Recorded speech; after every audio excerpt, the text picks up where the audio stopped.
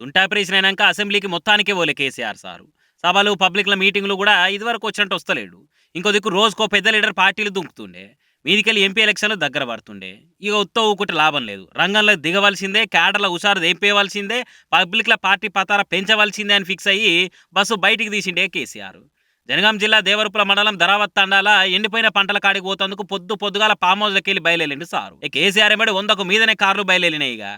తొవ్వెంట ఊర్లు దాటినా కొద్దీ కార్యకర్తలు, అభిమానులు కేసీఆర్, కేసీఆర్ అనుకుంటా బస్సుకెదురొచ్చిర్రు. అటింకా ఎండిన పంటల్ని చూసి రైతులకు ధైర్యం చెప్పి ఎవ్వలు ఆగం కావద్దు, మనం లడాయి చేద్దామని భరోసా ఇచ్చిండు కేసీఆర్. ఇక రిటర్న్ పోంగ బస్సు ఎక్కుకుంటా పిడికిలు బిగిచ్చే వరకల్లా కార్యకర్తల జోష్ డబుల్ అయింది.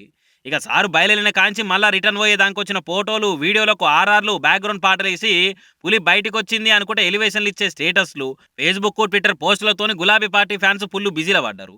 మరిక 10 ఏళ్ల తర్వాత ప్రతిపక్షంలోకి వచ్చిన కేసీఆర్ రేపు సర్కార్ మీద ఏ తీరులో ఫైర్ అవుతారో చూడాలిగా.